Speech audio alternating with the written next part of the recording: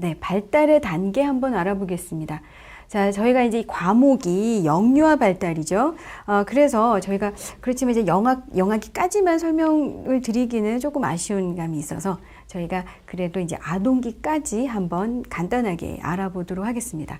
자, 발달의 단계는 이런 순서대로 갑니다. 그래서 첫 번째로는 태내기, 아이가 엄마 뱃속에 있을 때 그때를 태내기라고 하죠. 자, 아기가 금방 태어납니다. 아기가 보통 태어났을 때 그때를 이제 신생하다 그러고 신생아기라고 이름을 붙입니다. 아기가 좀 더 이제 성장을 하게 되겠죠. 영아기, 그리고 유아기, 아동기, 이후에 뭐 청소년기, 성인기 이렇게 있을 수 있습니다. 자, 이제 각각의 특성에 대해서 한번 알아보겠습니다. 자, 우선 태내기입니다. 태내기는 임신에서부터, 그러니까 수정이 된 그 순간부터라고 보시면 되고요. 아기가 태어나기 직전까지 그때를 태내기다라고 하고 만 9개월 정도 된다라고 보시면 됩니다.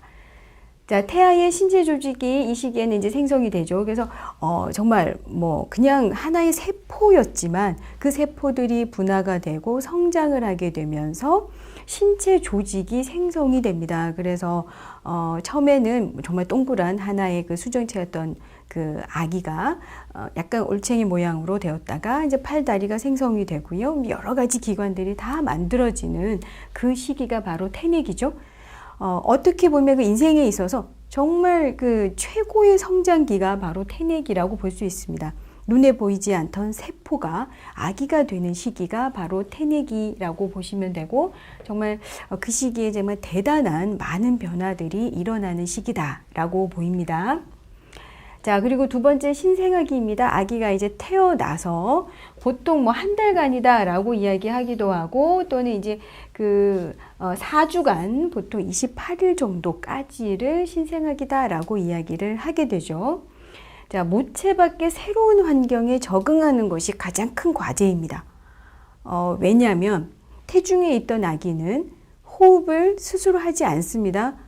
어머니와 연결되어 있는 그 탯줄을 통해서 산소가 공급이 되죠.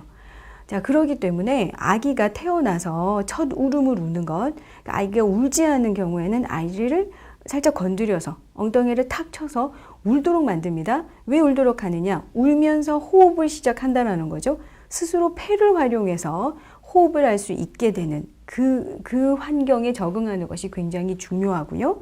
그리고 아기들 같은 경우에는 엄마와 자기를 각각의 개체로서 인식을 잘 못한다라고 합니다.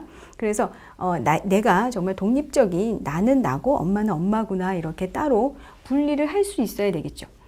자, 그리고 첫 호흡, 아까 이야기가 했던 것처럼 첫 호흡을 해야 됩니다. 그렇지 않을 경우에는 어떤 의료적인 개입이 필요할 수도 있죠. 자, 체온을 스스로 조절할 수 있어야 됩니다. 아기들이 보통 태어나면 막 이렇게 떤다 그러죠. 굉장히 많이 오들오들 떱니다. 이제 엄마 뱃속에서 그 양수, 따뜻한 양수에 있다가 이렇게 차가운 공기를 접하게 되면 아기들이 이제 체온 조절을 위해서 굉장히 노력을 하게 될 것이고요.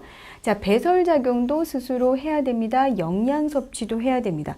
그러니까 아기가 세상 밖으로 나오면서부터 모든 것을 스스로 다 해야 된다라는 거죠. 그래서 병원에 있으면서 아기가 잘 먹는지 그리고 변은 잘 보는지 또 호흡은 제대로 하는 것인지 체온은 잘 조절이 되고 있는 것인지 신생아실에서 이런 여러 가지를 많이 살펴보게 되고 이 중에 하나라도 문제가 있을 경우에는 퇴원을 하지 않고 병원에서 계속해서 아이를 관찰하고 추적 조사를 하게 되죠. 자, 그 다음에 배꼽이 완전히 아물 시기가 바로 이 시기가 됩니다. 그래서 보통 아이를 출산하고 요즘은 그 산후조리원에 가는 경우들이 많이 있죠. 그래서 병원에 있다가 산후조리원에 있으면서 배꼽이 아물어서 떨어지는 경우들도 많이 있고요. 좀 늦은 아이들 같은 경우에 또 집에 와서 산후조리원에 이제 기간이 끝나고 가정에 돌아와서 또 이제 배꼽이 완전히 아무는 그러한 경우들이 있습니다. 자, 그리고 간 기능이 성숙해지기 때문에 황달이라는 증상, 그러니까 얼굴과 눈동자가 노랗게 변하는 그런 황달이죠. 그래서 성인들 중에서도 간 기능이 좀 떨어지는 경우에 황달이 오는 경우들이 있지만 신생아들도 신생아실에서 그 황달이 오는 아이들이 꽤 많습니다. 그래서 간 기능이 빨리 성숙이 되고 회복이 될 경우에 자연스럽게 황달이 없어지기 때문에 소아과 전문의들에 의하면